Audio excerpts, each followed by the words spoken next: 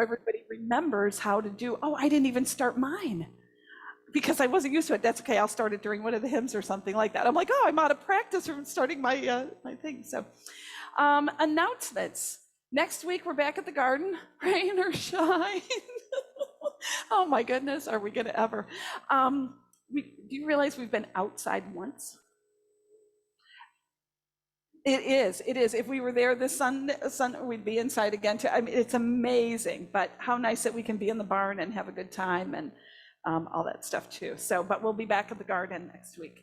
I think that just a little update on what's going on. We're still waiting for the permits to come through, the big one from the state on the fire safety stuff for second floor and having to rejigger some budgets and do some things like that. But so we're kind of in a waiting game right now until those are at, but as soon as that comes, the general contractor says it's going to be 100 days, which will probably be less than that, fingers crossed. So it looks like sometime in September, even easily, we'll be able to get, we're hoping by the end, we're hoping by school, we can even get them in, but it just, we'll see what happens. If you read the newspaper before you got to church today, you saw too, they're talking about putting 600 of them up in Unity, which I know the town, I love the one woman's comment, you'd think for a town like Unity, we could, agree on something. And I thought, oh no, as soon as there's two people, we don't agree on anything, right? But these are the kind of ideas that they're looking for. And really, if you noticed also the cost difference between putting them in there and at the hotels, huge difference and stuff like that. So that's exciting. We're glad to be part of this too. It being an hour and a half away from Portland, it makes Gorham look like it's just, a walking distance, from a lot of services. But good that we're getting creative in light of, and also their insistence on humane. We need to treat people humanely. So any and all ideas are great. I think that's what I'm trying to go through. So I'm here, I leave Wednesday afternoon for a retreat with Allie at Pilgrim Lodge. Then I'm back. We still have room. Oh, we still have room. If you want to come and make, bring your making stuff. And then I'm that next week, I'll be here Sunday and then here for about half that week. And then I go to Louds Island, that island off Bristol and Round Pond where I, just am. Except on Sunday, which I have to preach. I preach for my accommodations. So that'll be fun. But I can be, if there's an emergency, you can text me. I do have, fortunately, I have cell service there. No, I need it. I need the weather. I need the news in the morning. I need my podcasts. I do. So, but we can do that. All right. Anything else? All right. Yes. Whoops. Oh, come on up. Come on up. Good. Then I'll start my screen while you do that.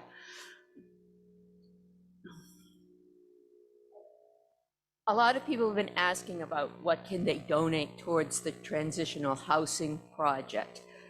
We won't be making any collections until after the construction's done or after it's almost done. We just don't have storage room.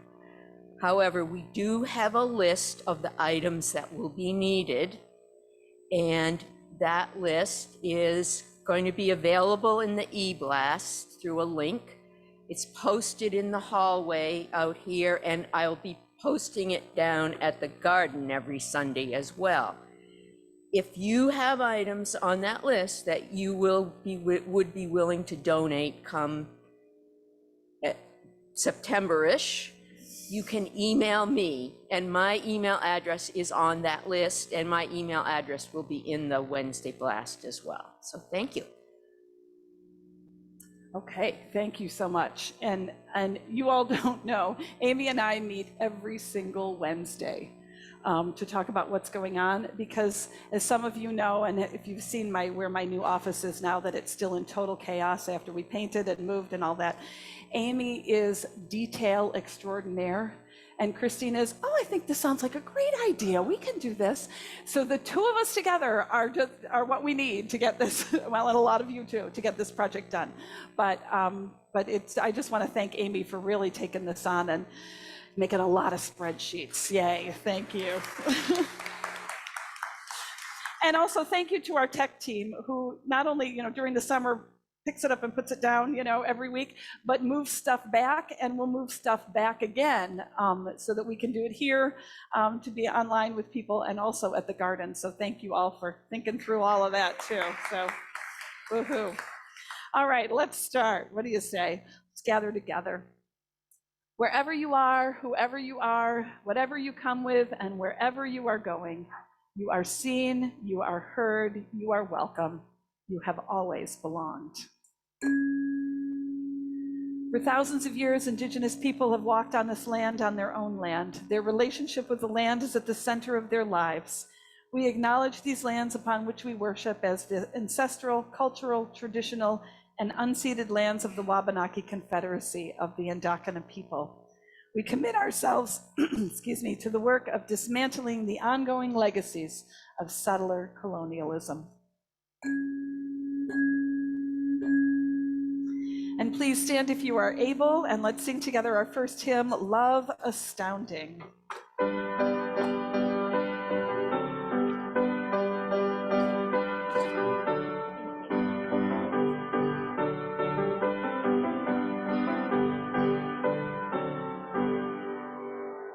Love astounding, love confounding, limits fearful minds impose. Love renewing, love pursuing every heart until it knows. Love transforming, healing goodness, love's abiding gentle grace. Love's endurance, love's assurance, love's unfolding strong embrace. Love receiving, love believing, we rejoice with thanks and song. Faith regaining, hope proclaiming, love has taught us freely long. Safe within love's tender keeping, safe from this distant wrong. Love defending, love unending, love above and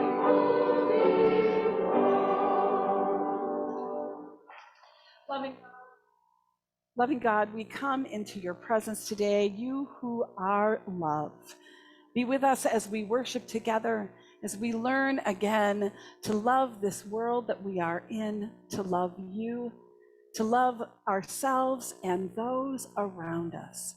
God, be with us as we do that together in your presence. All this we ask in your name. Amen. If you're standing, you may be seated.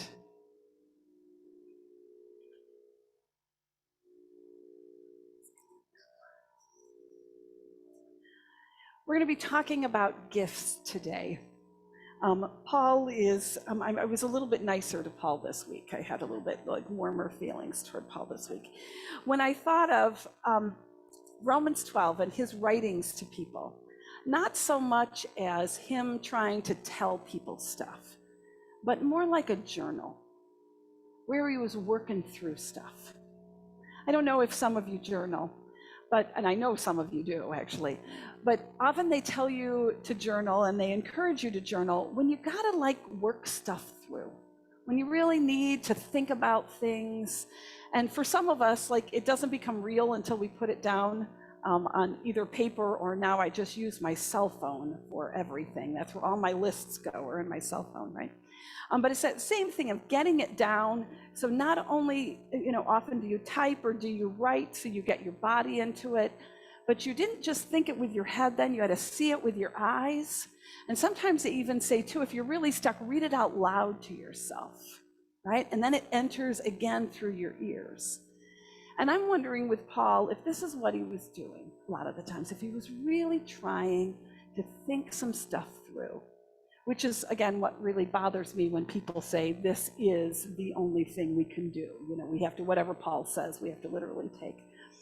And I think his thoughts on gifts, he gets closer to goodness than he does on some other stuff, right? But just that idea of, what are gifts? And we're going to talk slightly, the difference. Well, I'll do it now so I don't have to do it later. Skills, talents, and gifts. Have you ever thought that they're three entirely different things? So skill is something that you work to gain mastery in, right? You didn't have any ability to do it before. You have to be taught often. And it often is at 10,000 hours, like you got to put your work in, right? Then we have talents. That's one of those things that you just, like, it's genetic, or it's however you want to say, you know, the God smile on you kind of thing, but you just have it. I think, where's Eric? Eric, how did you know you knew how to play the piano, or you liked to play the piano? You don't remember. You were young, right? And you just started playing, and did you have kind of an ear for it? Did you have you were taught it, but you also seem to have like just a talent for it too. As I throw him music sometimes, and he just goes, okay, and just plays it, you know, which I know is a lot of skill. But, you know, we have some things that we do, and we don't know why we're so good at them, right? Or why we love to do them so much. I think of that as a talent. And then there's a gift. There's a gift that some people might call more like a talent, except that there's something about it. There's a challenge in it. There's something that's required, almost. And I don't want to say that. You're not like obligation. We'll talk about that.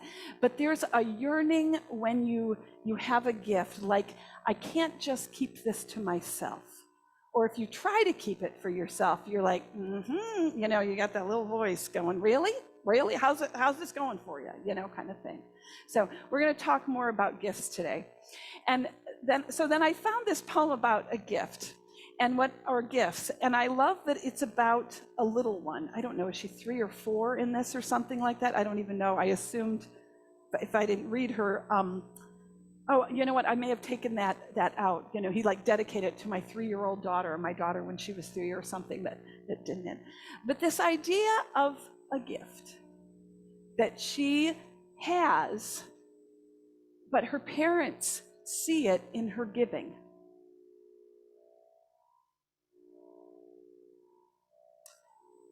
I'm just going to leave you with that phrase. A gift that you realize you have in its giving. So if you would, ground yourself with your feet on this ground here, and with your seat in your seat, and find your breathing.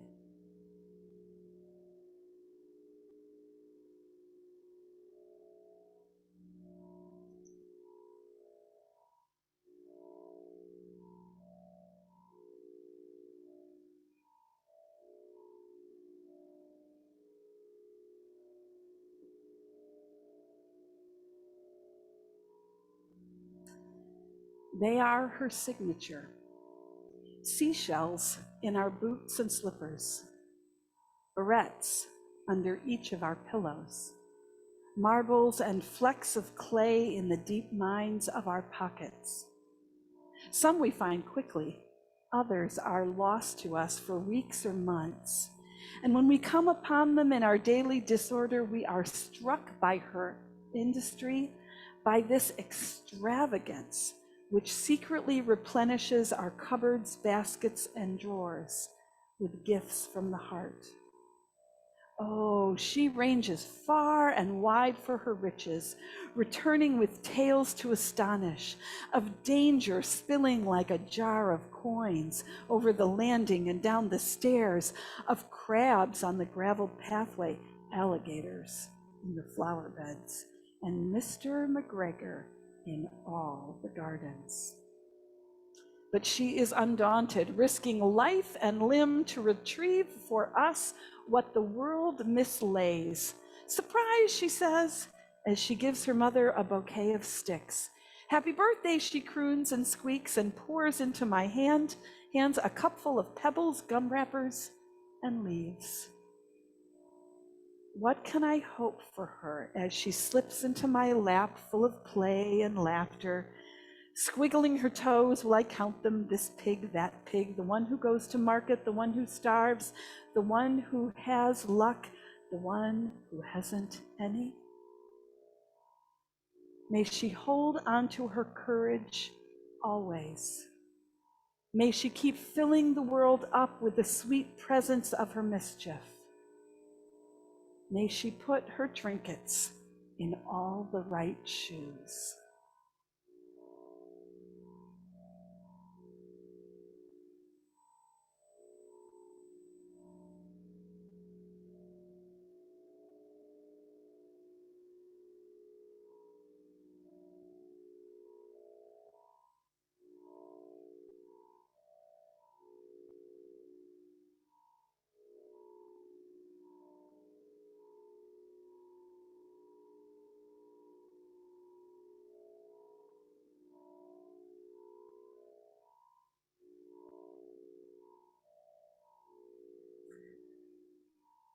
Loving God, you are the giggly, squirming one.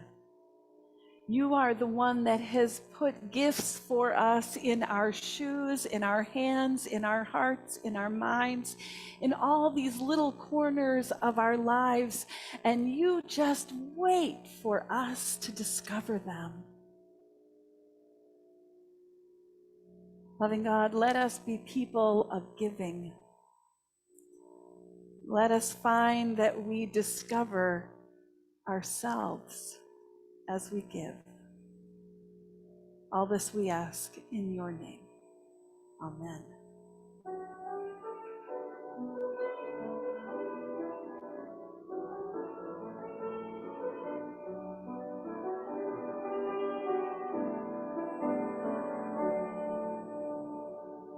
Oh, let the love of God enfold you with its spirit and its soul. Let it fill your heart and satisfy your soul.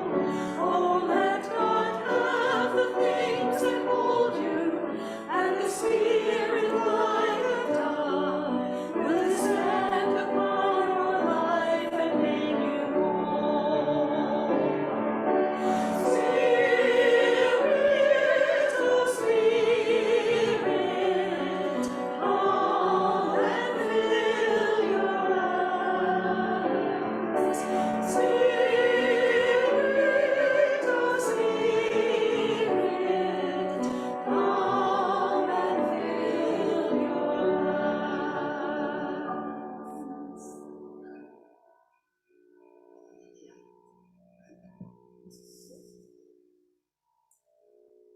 America the Beautiful is a hymn that's well known to most of us. It was written by Catherine Lee Bates in 1893 after she took a trip west to the Chicago World's Fair, and she climbed Pikes Peak and saw the wheat fields in Kansas. It was first published in July 4th, 1895, and soon became so popular that in 1911, when she finally made a final revision, there were over 60 different melodies to this poem.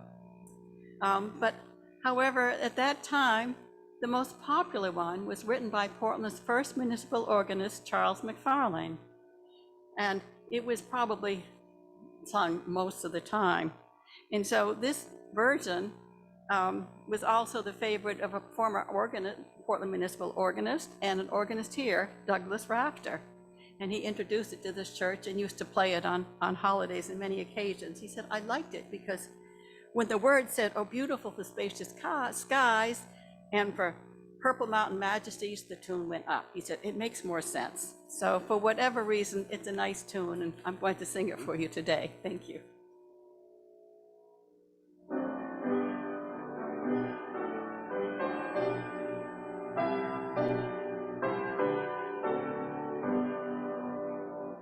Oh, beautiful for spacious skies, for amber waves of grain, for purple mountain majesties above the fruited plain. America, America, God shed thy grace on thee, and crown thy good with brotherhood from sea to shining sea. America, America, God shed thy grace on thee. Oh, beautiful for pilgrim feet, for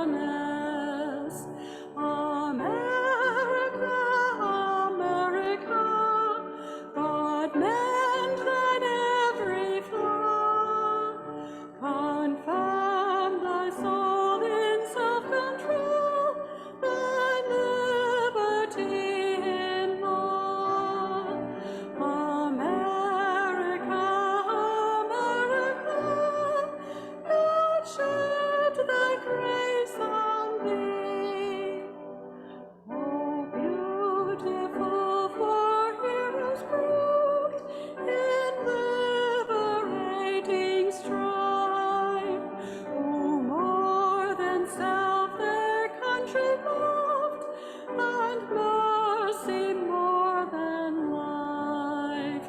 America, America, may God thy gold refine, till all success be nobleness, and every gain divine. America, America, God shed thy grace on thee. Oh, beautiful for patriot dream that sees beyond thy years. Thine alabaster cities gleam, undimmed by human tears. America, America, God shed thy grace on thee, and crown thy good with brotherhood, from sea to shining sea. America, America, God shed thy grace on thee.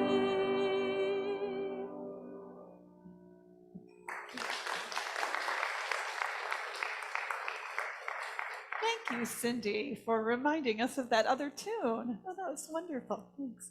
Can I have the kids forward, please? Amy, you're here already. Oh, Mom's got to hold the right marker. That's all. How are you guys doing? Are you ready for some sunshine? Yeah, I know we'd like some more, wouldn't we? I know, it's a holiday weekend. It's a little, people are maybe away seeing family or something like that. So you guys get Haley today. This is Haley. Hi, Haley. So our other babysitters that we usually have are away with family this weekend, but Haley's our sure I'll do it person. So thank you so much, Haley. So I have a question. Oh, you guys, it was a big thing last week. We are over halfway to Christmas. Yep. So June 25 is that day when now we have fewer days until Christmas than we had days to come to Christmas. Isn't that good? Yeah, phew, right? I mean, it's been hard work waiting this long, right? Well, I thought of that this week because I knit with a group of people, and one of the women owns a yarn store, and she said, we have to think about Christmas in July. So here I am looking up Christmas stockings, what Christmas stockings we could knit. And it got me thinking about giving, because we're going to talk about giving too. Usually for Christmas, right?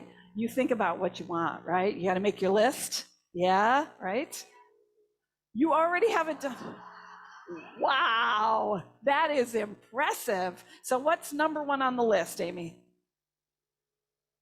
You forgot, but you got the list done. You're done, huh? Okay. Well, that's good. Well, usually when I go on vacation in July, I do start planning out what I'm going to make and what I'm going to give for Christmas. It is true, especially when you make stuff, you got to start early. You got to really start early. But I was thinking about, it's big about making your list, right? But what about your list about what you're going to give to other people? Yeah. What's your favorite way to give gifts? Yeah, I know it's hard, right? Are you the kind of person that's that's thinking about somebody, maybe it's their birthday, and you're thinking, oh my goodness, I don't know what to get them. It's so hard, so that's one thing that sometimes it's hard to think of a gift to give people. Other people are like, okay, it's their birthday, it's a week in advance. I'm going to think about them, and I'm going to think something they want. Other people, it's somebody else's birthday and they buy that person something they really want. Yeah, you have a few of those maybe, right? Yeah. We laugh about that in my family, that we say my dad gave my mom an iPad one year. My mom said, and one of these days he'll actually let me carry it, because he keeps it all the time, right? It wasn't for her, right? And then the others are, which is kind of like me, is I have a hard time around major events, but I think of people all year. So I have these baskets of gifts for people. And so when it comes to Christmas, I just pull out these baskets and go, oh, that was really a good idea that I had for them like 6 months ago. Like, I can't wait for Christmas because I have a fun pair of socks for every guy in my family. All my nephews, all my brother-in-laws, my brother. I have been collecting funny socks for them for 6 or 8 months now, right? So I'm that kind of person. So I'm going to go in my big baskets and find something, you know? But giving, how we give, is really important. How do you like to show people that you love them?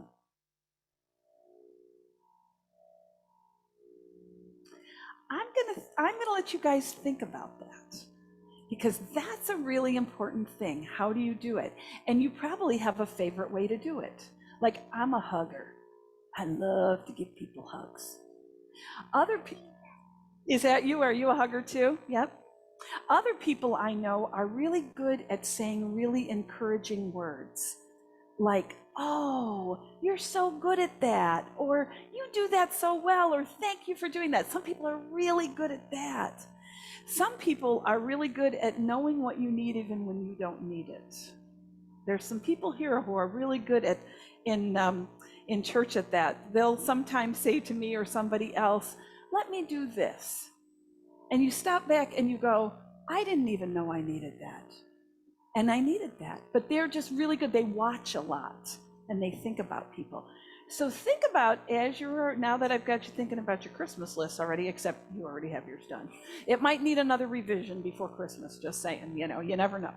But think about also the way you want to give and show love to people, okay? Let's pray. Gracious God, you give us love all the time in a million different ways, through the love of the people who care for us so much, through friends, even through things like sunshine and rain that makes the food grow that we eat. God, we thank you for the mazillion ways that you give love to us. Help us with the ways that you've given us to love. And let us be generous with those and do those again and again whenever we can. All this we ask in your name. Amen. All right. Off with Haley. How's that? We'll see you guys later.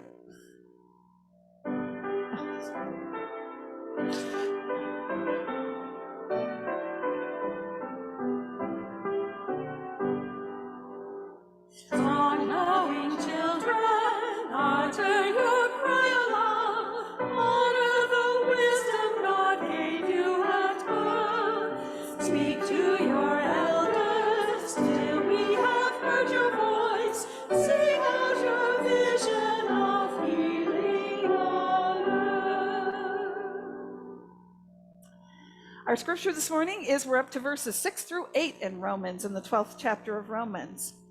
So this is kind of a new, Paul's kind of changing the way he's going right now. He's taking a breath and starting a new paragraph, so to speak. And he says, we have gifts that differ according to the grace given to us. Prophecy in proportion to faith, ministry in ministering, the teacher in teaching, the exhorter in exhortation, the giver in generosity, the leader in diligence, the compassionate in cheerfulness. May God bless these words to our living. Yeah, I don't know, everything's growing in, right? I'm just all stuffed up today. What's your worst gift that you ever received?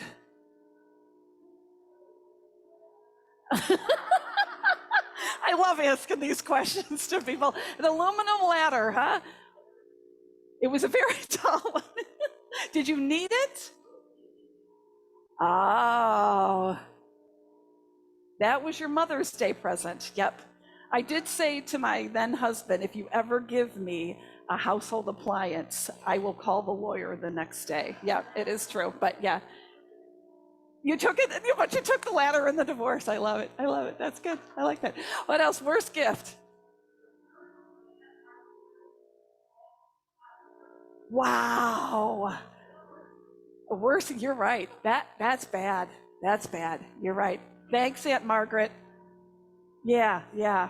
Whew, yeah, that one's tough. Okay. Anybody else? Worst gift? A drum too small to play. Was that given by one of your parents? Yes. They were.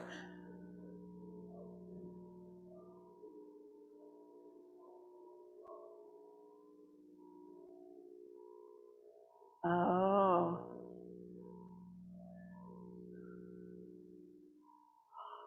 Oh. That's good. So to find the drum set, huh? Going the whole time, thanks a lot, thanks a lot. What am I gonna do with that? Whoa, I'm sure. And then you made twice as much noise as you wanted to, yeah. Anybody else? Worst gift, Tom?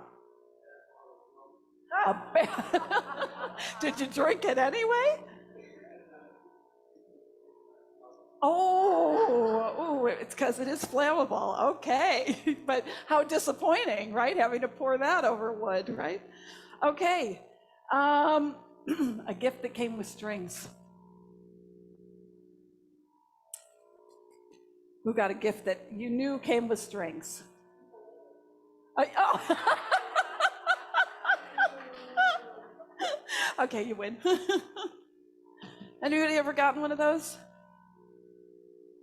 Yeah, I had this one boyfriend who would give me a gift and then tell me exactly how to use it.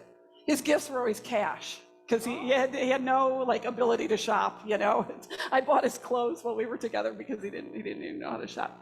But then anytime it was an event, he would give me cash, but then he'd tell me how to use it. And I'd be like, is this a gift? You know? Anybody else had a gift with strings? No? Think about that one. What? A deep fryer. Because you were going to have to cook for him, huh? Yep. Yeah. You weren't looking for a deep fryer, but they certainly were, right? Yep. There you go. There you go. Okay. Best gift you ever received and why?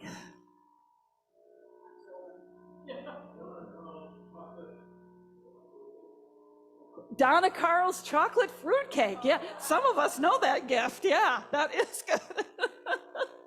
You must love both fruitcake and chocolate. Your miniature schnauzer. Oh, the gift that keeps on giving, right? Your children, I heard your children. Yep. Anybody else?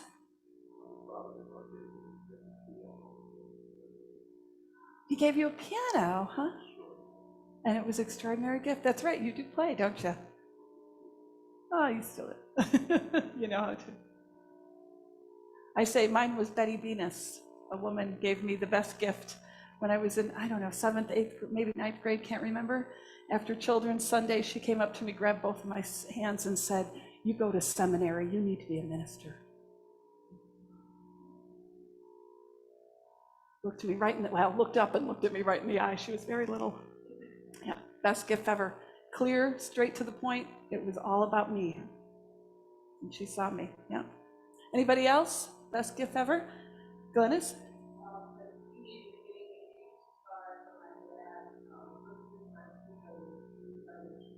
Oh. And Glennis's dad is a car guy. Like he is a car guy. So that is a gift.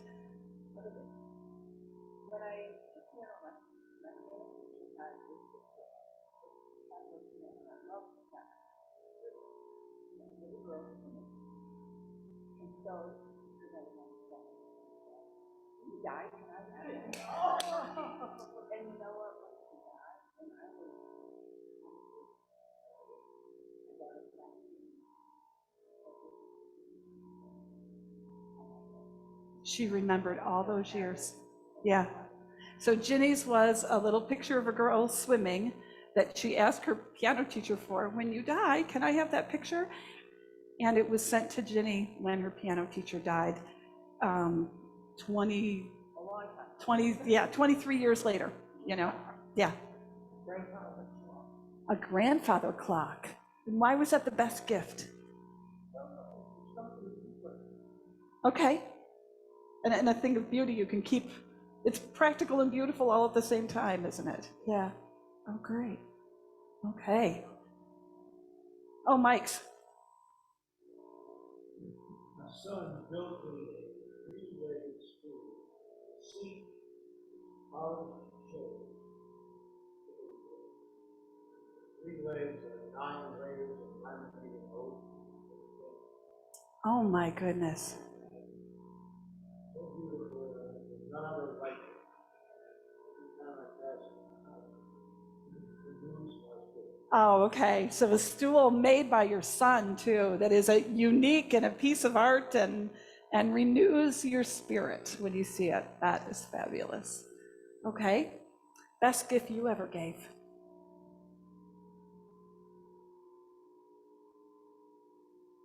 We don't remember them as well, do we? Does anyone have one? I've been racking my brain. Go ahead.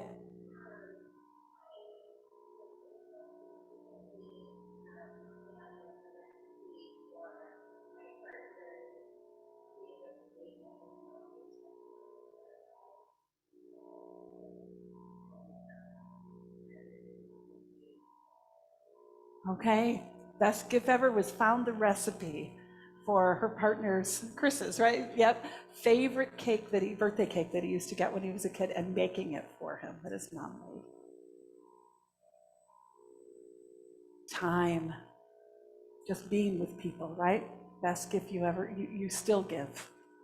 Yep. Interesting how so far both of those required effort and time, but very little money, really. And it's often what is our best gifts, to receive and to give too. Yep. As I talked about earlier, I'm talking about gifts. There's giving involved there. Not a talent that just we don't know where it comes from, but it's ours, right? Or not a skill that we really have to work at, right? And gifts are interesting. Even Paul says gifts that are given with grace, right? I like that he put gifts and grace together. We talked about grace before, this unmerited favor. There's nothing we can do to earn it. I often say, and we rarely, if any, and we don't deserve them most of the time too, right? They're given in love. And that's the way God approaches us. It's not about earning God's love. It's not about deserving God's love. It's not about, we don't have to put in 10,000 hours to get it, right? It is about that. And it's also not about obligation. And I want to be that's why I ask you about the one with strings. Often when we talk about gifts in the church and gifts that God's given to us, we speak of them in a way that there's like an obligation that we have to do something with them, right? And we focus more on the obligation than we do on other things. We try to guilt people into doing stuff, right? And that's not where we are in this one. And that's not God's gifts. Are not about strings attached. They're not about obligation, right? Paul lists these, and I don't know if it's an exhaustive list, but it's the ones he thought of here. Remember again, Paul is trying to do community, and this is one of these verses I think he gets close to good on with community. What does it mean to create community? Because for Paul, community was about power. Often in previous life, right? Who's in charge? Who should do what they're told, right? What are your obligations, right? He was very much like this. And I hear him moving away here or asking himself some questions. So here's what he lists as gifts that were given by God: prophecy, ministry, teaching, exhortation, giving, being a leader, and compassion. These might not be all the gifts that are given, but it's the ones he wanted to focus on. And the ones that what I saw as I read these gifts and worked on them this week is that every one of these gifts comes with a challenge. Because I think that's a good part of the gifts, is it's given to us. We didn't earn it. We didn't, do anything like that. And yet it comes not with strings, not with obligation, but it speaks to us. And we can only work out what that speaking to us is and means and have that conversation with it in the giving of it, not just in the receiving of it. That's where we do that work out. So what's the work of these gifts, right? And again, I want to just quickly go back to how God gives gifts. I call it the drop and run, but not really run. But it's ringing the doorbell and leaving, right? That's the no obligation. God says, I'm giving this to you, and I'm not going to stand there and see what you do with it, tap my foot like, come on, I gave it to you, let's use it, right? Do you have people like that you get gifts from, and maybe if they come over, you're like, oh, do I have it out on the shelf somewhere? That's, my dad's funny like that. I've always been the kid that's asking him to make stuff. Even my siblings are like, oh, we can't believe how much you ask your dad, dad to make. And I'm like, well, just ask him. He'll say no if he doesn't want to. But then when he comes over, then he's like, oh, nice. Like I have an ark that he made me years ago. Nice ark. Yeah, Dad. Nice table. He made me a table. He sees that. But he goes around, and that's okay. He actually, somebody said to me, oh, isn't that a little like he wants you to say thank you? I said, no. All he wants to know is that he was useful, right? That this is what you wanted. And that's one of his favorite things is he made me a whole set of Bible character figures and all that. And I told him, I said, they're in our Sunday school room right now. The kids get them out and use them. Brings him so much joy to know that he made something that was useful, right? And that's what God's kind of, not tapping God's toe saying, come on, when are you gonna do it? But saying, are you gonna understand this stuff is useful? But you need to give it, to find the use in it and the challenge in it to make that useful, and what that also gives to us as we give. So the first one is prophesy, right? And I'm sure if I said to you, how many of you consider yourself prophets or have the gift of prophecy? You'd be like, what is she talking about? Why is she using church words? That kind of stuff. Oh, good.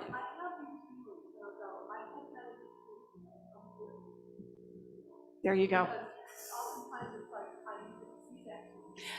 Thank you for just making that point of my sermon for me right there. That's exactly what prophesying is. People think it's like, I've said this numerous times, they think it's crystal ball, telling the future. Nothing like that. The words that I think that go with prophesy is clear-eyed. People who are the best prophets go, really people, if we keep going this way, this is going to happen. They are so clear-eyed about what's happening right now that it's so obvious to them what's going to happen in the future, right? And that's what prophets. Now, clear-eyed is a challenge.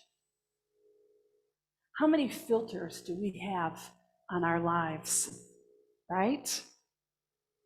That's the thing about Instagram and Facebook and all this stuff, and all the people pretty themselves up, in pictures. You have all these filters you can use, right? That's not real. They're not prophets. We call them influencers, right? Oh, please, God. They don't know they only know what's paying them, right?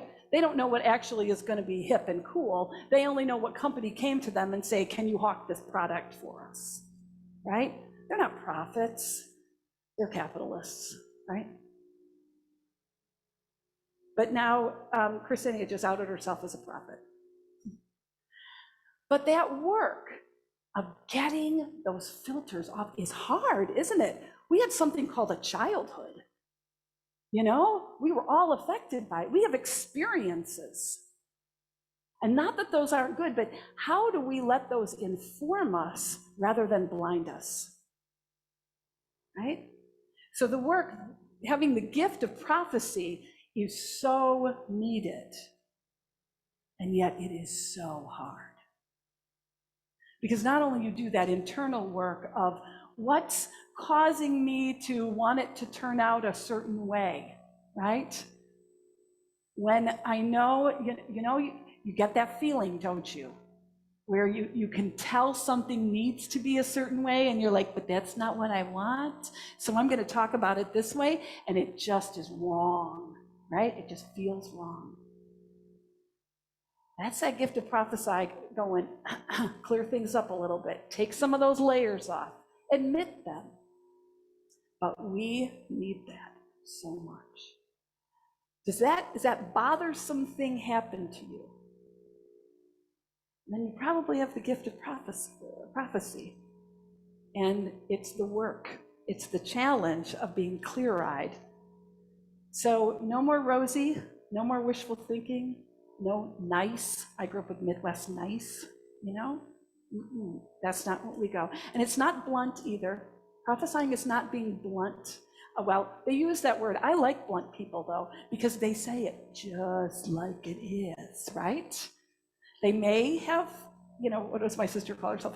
An educated, the vocabulary of an educated pirate. But they do tell you just like it is. We need that. They're not cruel. They're just seeing clearly. They're not trying to impress anybody. They just are. Ministry. You'd think that was left up to us professionals, right? But no. I looked it up, right? It means to give service, care, or aid. And I'm like, okay, that's nice. But then I looked it up again. You know, they have multiple definitions. It also says to minister is to supply with aid or to repair.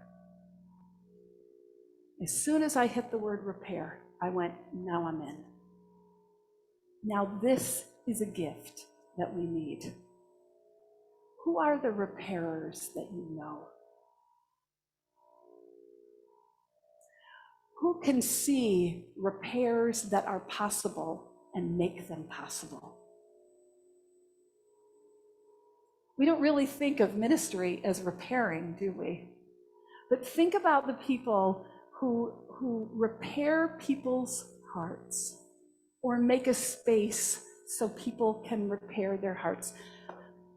Years ago, I was doing church, but I also had a full-time job as the director of a business association in the East Village and the Lower East, on the Lower East Side of Manhattan. And our biggest members were bar members, right? And some of them, you guys were so creative. It was unbelievable. There was one guy there, he owned about 7 bars. He was raised in the Methodist church. We used to talk church all the time. It was funny. Another one, she came to me one day and she was struggling with, I don't know, some permit that I was going to help her out with or something. And she owned the lesbian bar. It was called Meow Mix. It's so funny. And I did ask her, like, how'd you get that name? She goes, I'm not doing cat food, so I can get that name. I learned a lot about copyright that day. But I said to her, I said, how's it going? And she looked at me and she said, well, Christine, we have the same job. And I thought, really? I know how to do drinks? I didn't know that. She said, no, we're both in ministry. Because she knew my other job too. And I said, tell me, Brooke. And she said, I've got these young lesbian women who are coming every night who don't have any other place. You know, this was the early 90s, in the 90s somewhere. And she said, they don't have any other place to go. They don't know who will love them. They've gotten kicked out of their houses often. Their parents won't talk to them. She said, so I make a church called Meow Mix, where they're welcome. And the older women mother the younger women, you know, we all do this together. And I thought, oh, she repairs lives there. She also makes, you know, some pretty good drinks, but she repairs lives. And she saw herself as that. That taught me so much about ministry that day, talking to her. Who are the people among us, including some of you all, who when I said repair, you went, because you knew that was you, that you love to repair. That when you see something broken, you don't see something useless. You see an opportunity to get in there and make something useful again.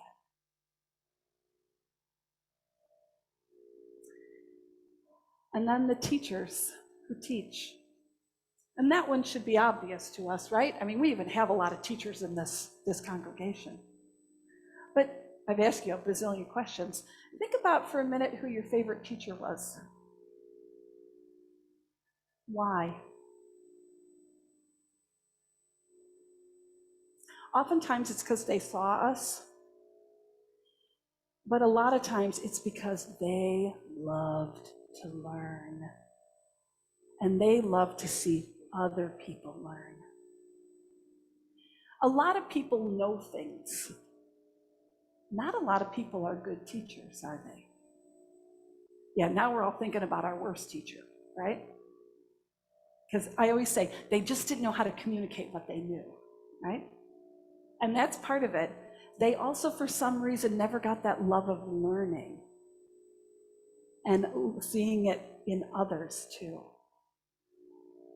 So who are the teachers among us and in our lives who teach us not only stuff, but share their love of learning, and it kind of oozes all over and you can't help but pick it up? I think of Allie, you're like that. The kids talk about that to you all the time. The way to talk to a kid in this town often is saying, did you have Mrs. Rimkunis for art? And they'll all go, yeah, if they had you, right? Because you're effervescent in your love of art and learning, and also watching kids learn, and adults too. That's the thing. And that's what makes not only a good teacher in school, but in and amongst us anywhere and everywhere. And then the exhorter. When's the last time you used the word exhort or exhortation? I am hoping it's been a very long time. That word's going to go archaic pretty soon, I'm afraid. But I had to look it up, because what do you think of when you hear the word exhort?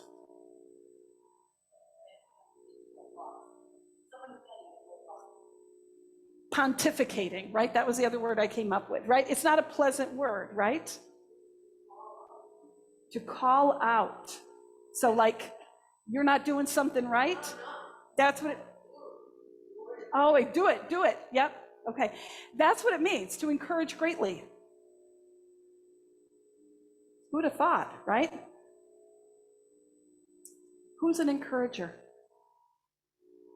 Not just a little bit, yeah, please do it, or we need somebody, so please join this committee. But who encourages greatly? Who gets you to do what you didn't think you wanted to do, but once you start doing it, going, oh, this is so great, I'm so glad I said yes. Those are the great ones. Not just into, talking you into doing something, but they know that you really want to do it. You just haven't thought of it yet. Or you're not certain you can do that. They often make things urgent too.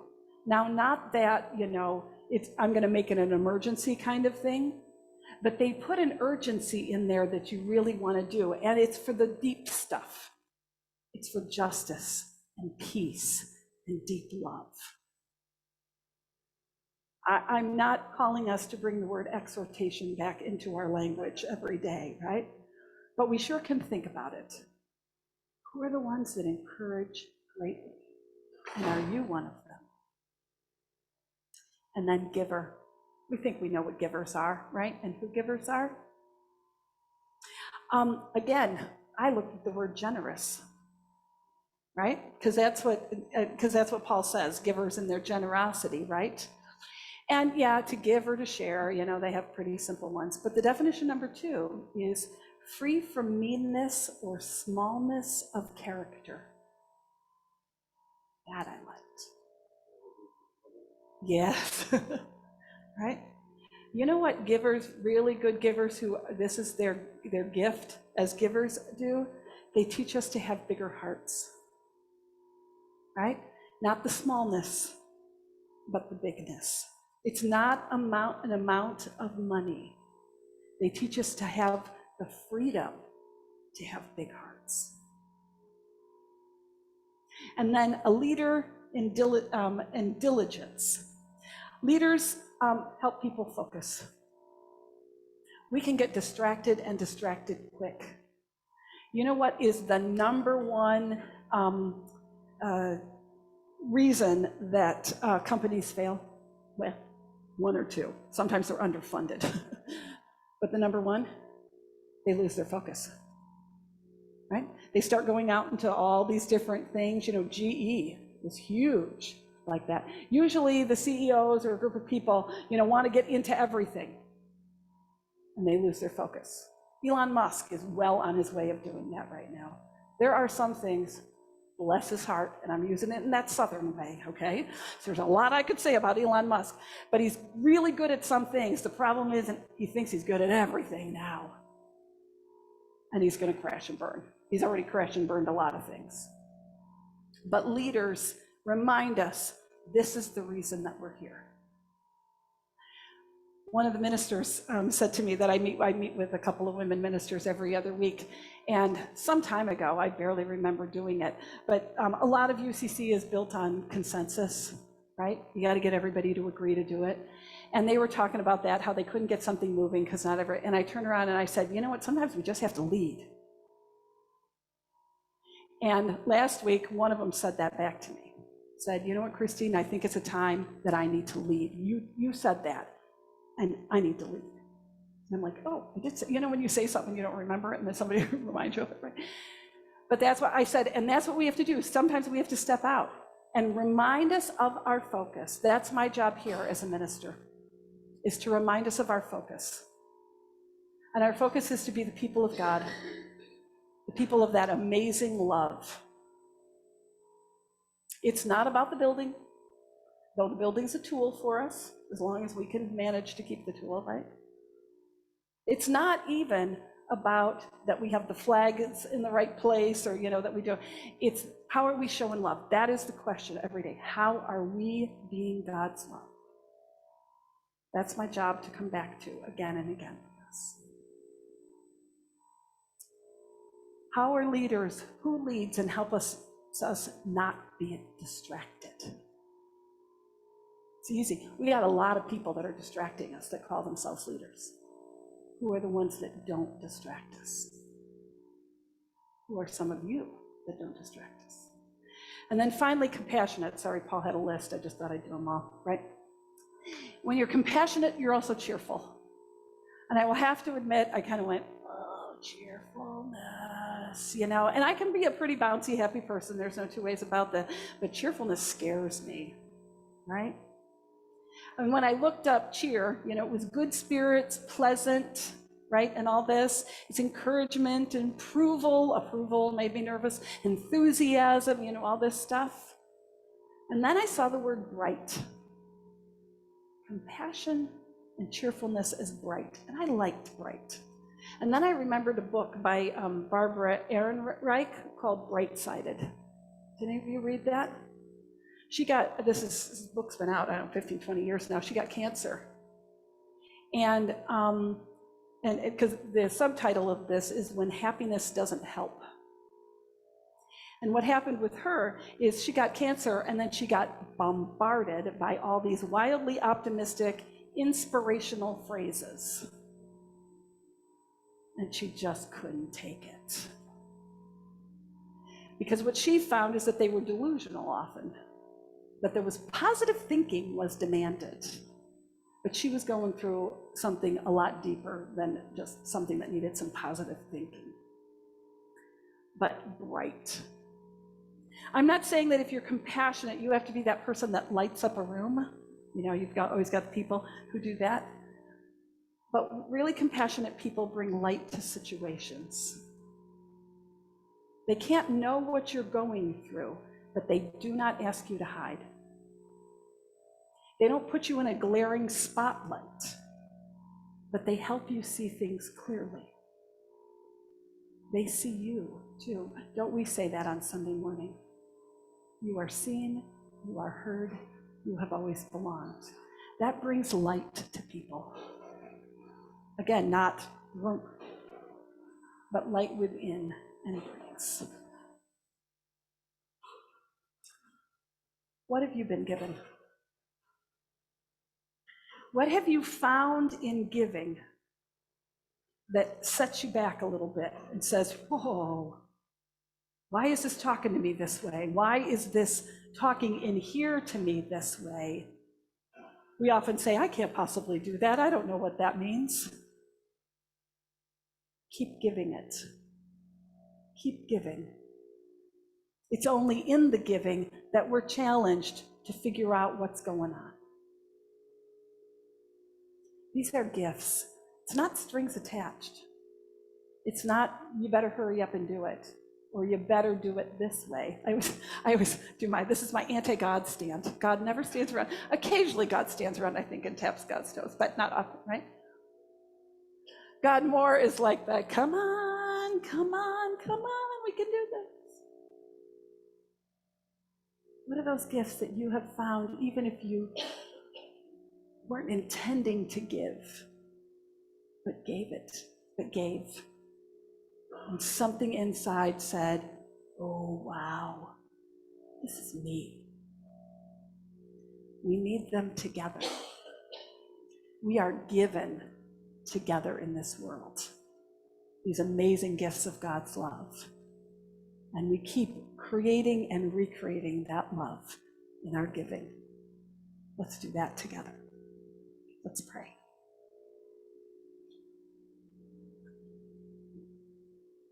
Loving God, for all that we have been given,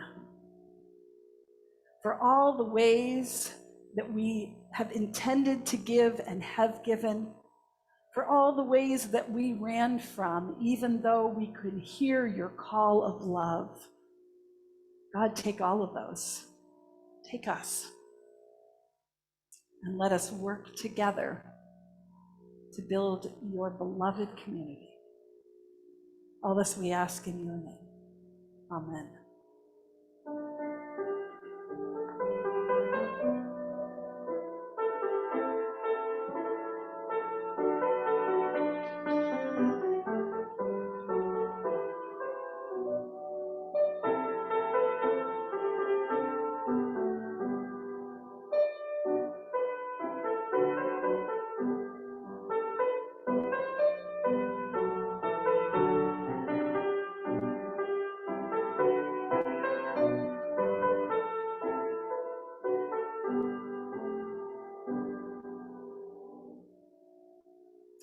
Let's sing together our song, The Dove Will Fly on Mended Wing.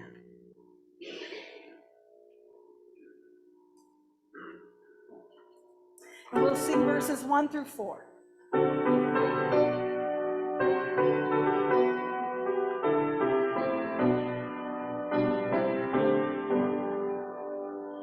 Religion, culture, creed, and race, each human spirit and each face, we celebrate, we dance and sing, the gifts now here, each one might bring, and take away a newfound song, a newfound voice to act on wrongs, to trust, to heal, to help us go, to stand as one, renewing hope. A people stand, a people call, come gather near and welcome all. Diversity and celebrate that hopelessness is not our fate. And chains will fall, the shackles break, the earth will rise and flowers quake, justice will rule and freedom sing, the dove will fly on mended wing. Don't sit down. We're going to do communion. And sorry, John and Donna, I've changed plans a little bit. Come on up. Bruce, can you make it up? Okay, you can come and sit here. How does that sound? Everybody come up and let's make Let's get in a half circle here and do as much as we can. How's that? We'll get you all back together even though we're not all smushed in that barn. How's that? And John, why don't I take you, because you'll start on one end and I'll start on the other. How's that? And if anybody needs a seat, we've got a pew right here. Got plenty of room to sit.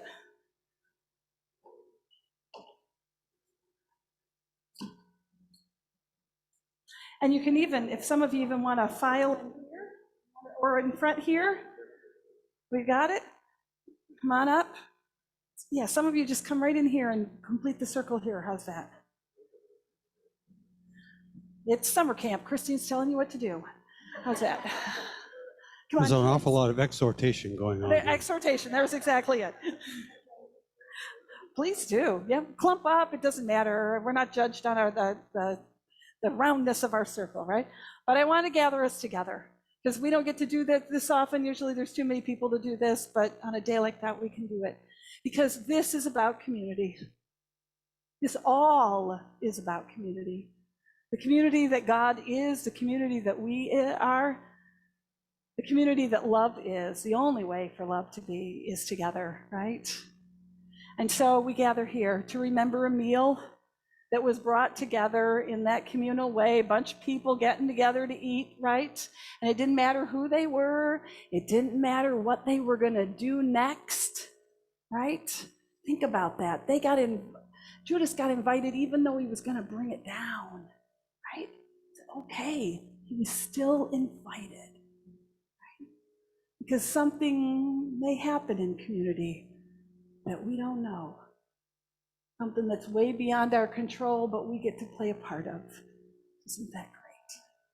And so we come to remember that we are invited to this meal called life and love. And you weren't waiting for an invitation in the mail.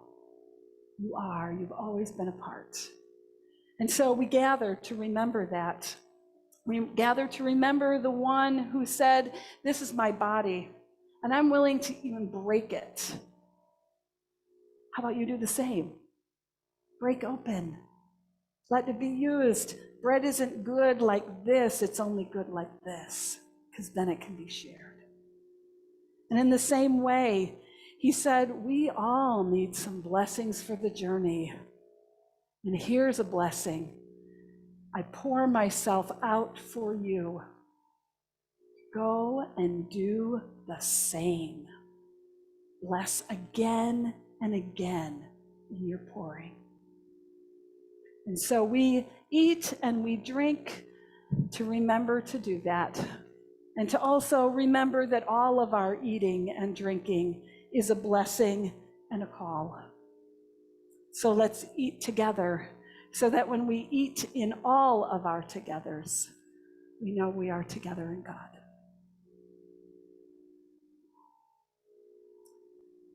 Brown is gluten-free.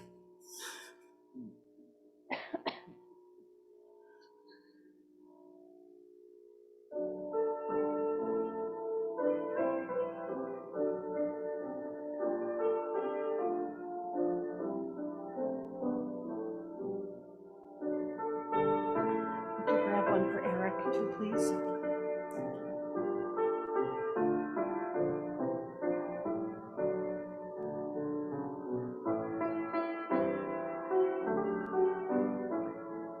Gluten-free? Anybody? You're good?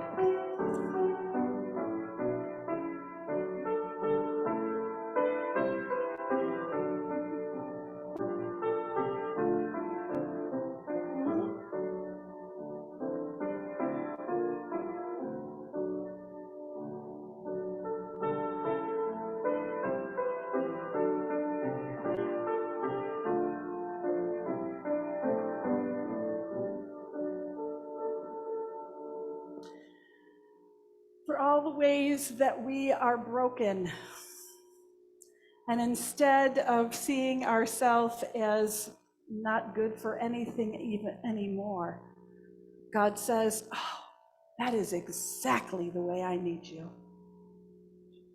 Let's eat together.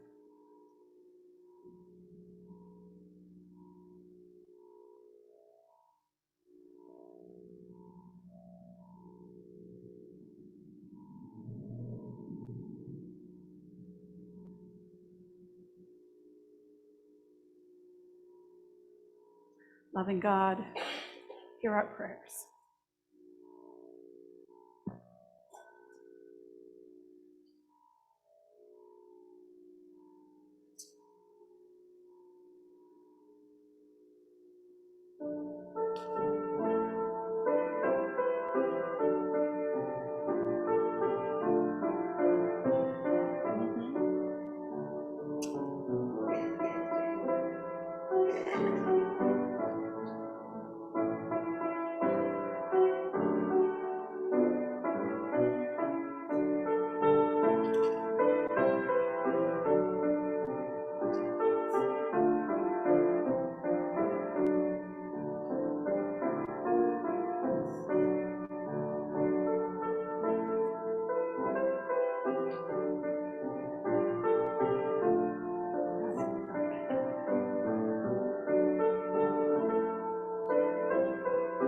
Got it? I got the stick.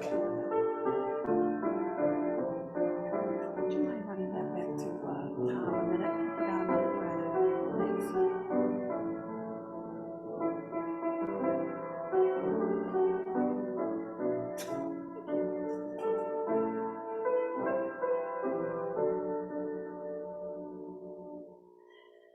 It's become my custom, my habit, to talk about justice when we hold the juice. We talk about the grape pickers that in the what? 60s, 70s, Cesar Chavez went on strike, right? Because they were not being paid.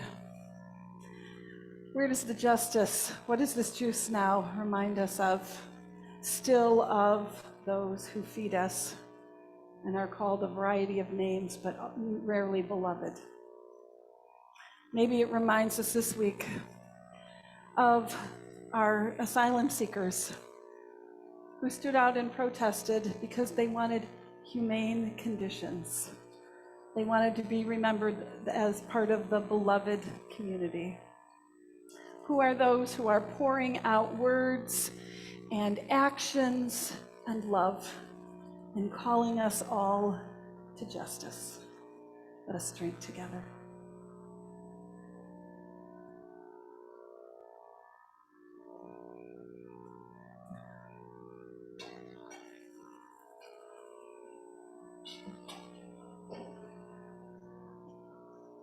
It's okay. You know what, John? We'll wait till at the end. We'll just have everybody put them up here. How's that? Okay.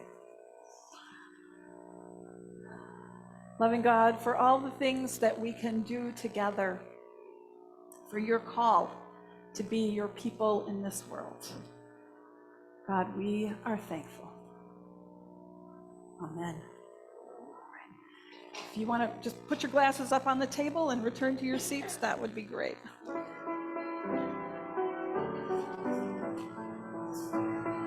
Just put them here. Yeah. We're going to spell if we do that. Thanks. Oh,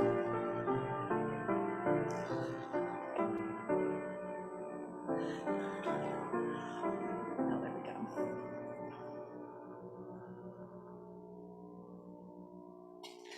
If the table looks as neat after we're done as it did before, how will anybody know we had a meal, right?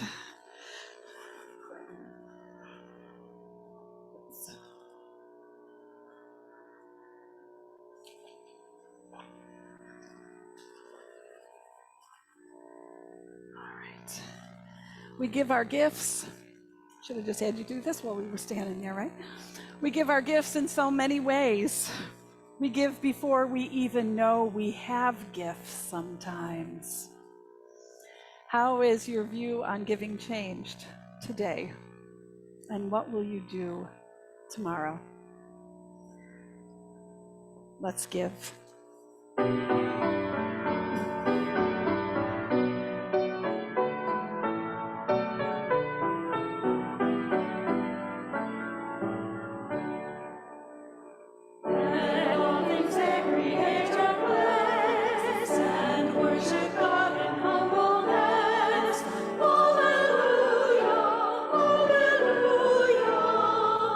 Praise, praise our God, praise of the Son, praise of the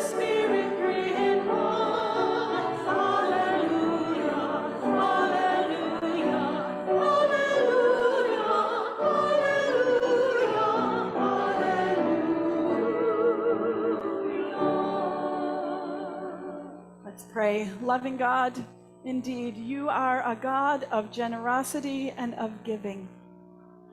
You are a God who calls us to be the same and to learn every day what that means for us and for the world. God, be with us in our giving. Be with us in our aha moments of our gifts. All this we ask in your name. Amen. You may be seated.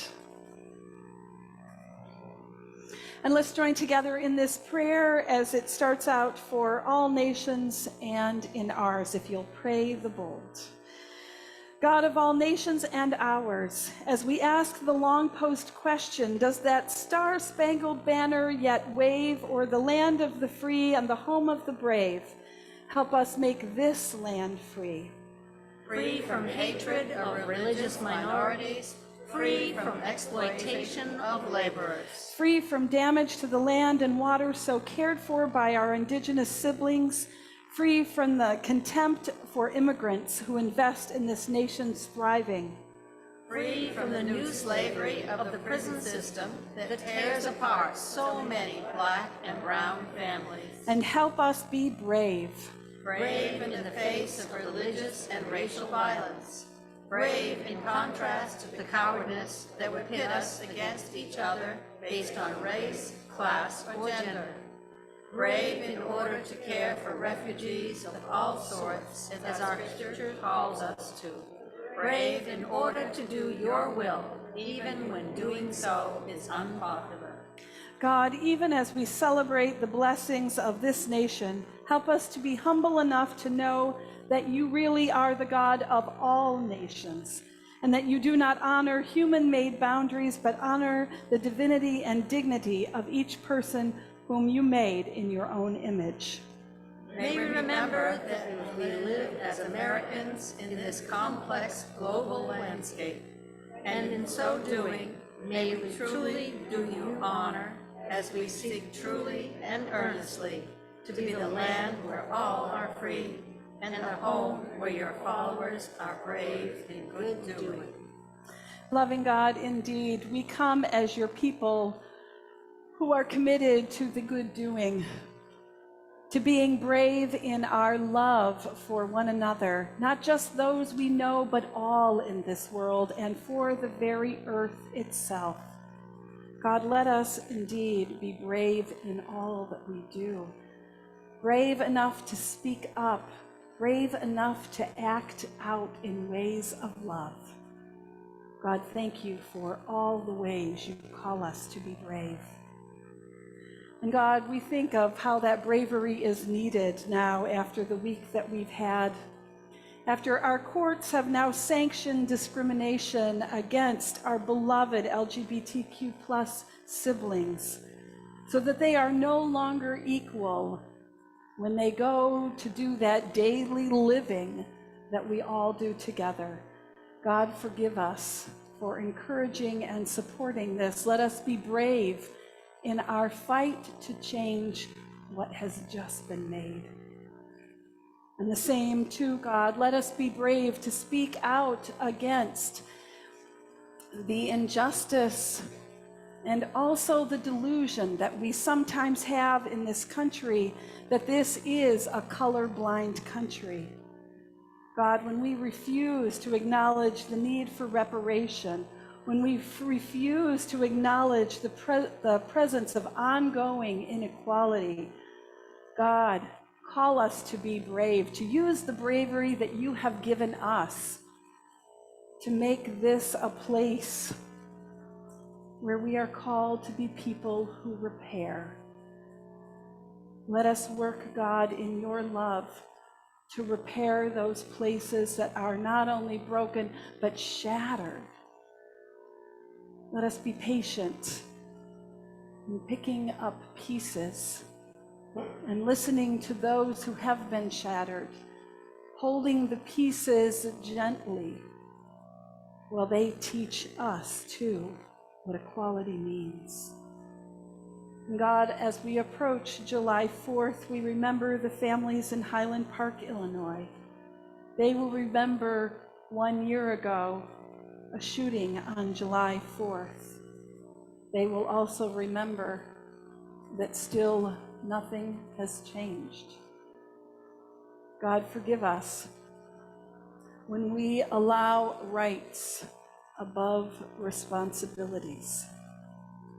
And God, our first responsibility to each other is to make sure that we are the beloved community together, in safety, in opportunity, and in your love. God, let us be brave and call for what is needed so that the means of violence are not the first right that is called for. God, we also on this day remember that in the UCC, our delegates have gathered to think through, to talk through, to struggle with what it means for us to be together as a community.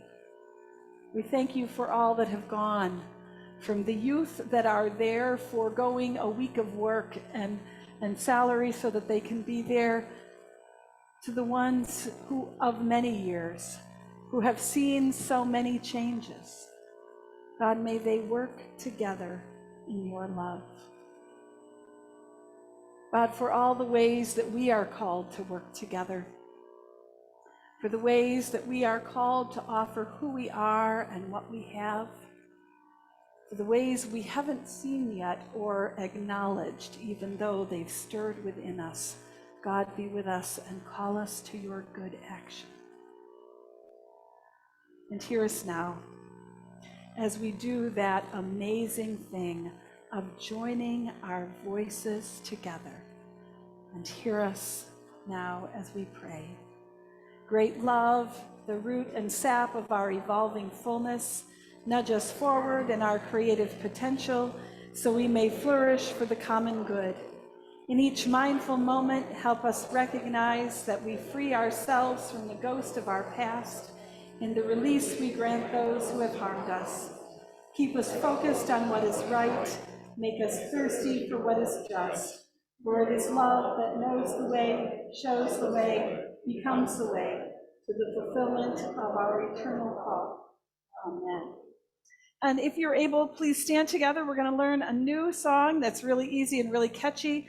But I want to read you what Cheryl Bragg posted as she put up a YouTube of this. She's the woman who wrote this. She wrote that especially for our country, but in the result of what's happened over the last few years. And she said, and she quotes Lucia Chappelle, who says, saying all lives matter as a response to Black Lives Matter is like saying the fire department should spray down all houses in a neighborhood, even though only one house is on fire, because all houses matter. Yes, your house matters too, but your house is not on fire. Let's sing together.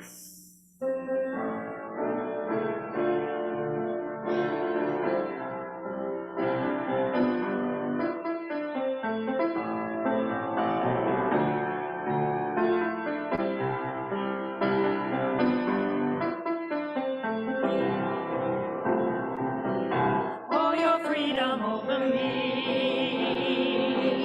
for your freedom over me,